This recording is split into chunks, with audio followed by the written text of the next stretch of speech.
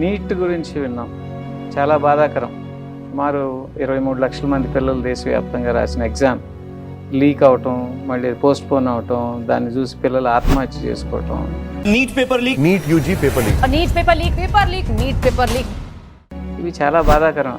అందుట్లో ఈ అప్పుడే ఎదిగి వస్తున్న పిల్లలు, చేతికి వస్తున్న పిల్లలకి ఇటువంటి జరగటం, ఆ తల్లిదండ్రులు పిల్లలు అనుభవించే క్షోభ ఇంత అంత కాదు.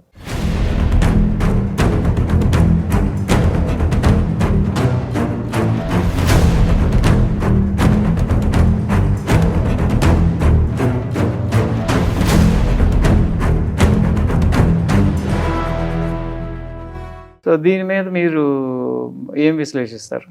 ఇక్కడ ఒక నీట్ పరీక్షని కాదు, ఇది మొత్తం విద్యా వ్యవస్థలోనే ఒక భయంకరమైన నిర్లక్ష్యం, అసమర్థత, అవినీతి, లంచగొండితనం పెరిగిపోయిన దానివల్ల 2 రకాలుగా జరుగుతుంది. ఇక్కడ ఒకటి, తమ బిడ్డలకి మంచి భవిష్యత్తు ఇవ్వాలనే ఆదుర్ద తల్లిదండ్రుల్లో పెరిగిపోయింది.